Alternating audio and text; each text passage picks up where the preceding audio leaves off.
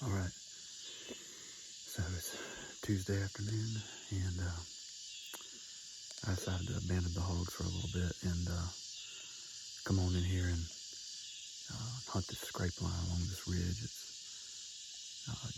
territorial scrapes, but they seem to be hitting them pretty hard. There's 4 or 5 decent bucks in there. They've been hitting several of them, so um, I'm sitting out on the end of this point. I got my wind blowing down this hill behind me into the bottom. It's, of course, doing the exact opposite of what it was supposed to do, so I had to kind of scramble here in the last minute and flip my set around. But anyway, sitting about 15 yards from 2 big scrapes, and got a couple heavy trails coming around the perimeter of this point, so we'll see what happens.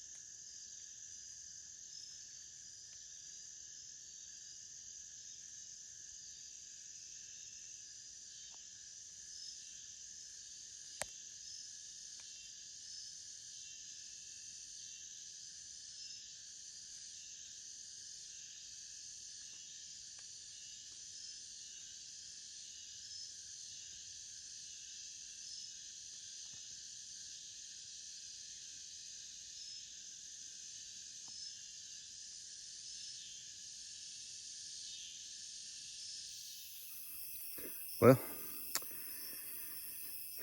probably 10 minutes before dark, I had one of those bucks that I had on camera.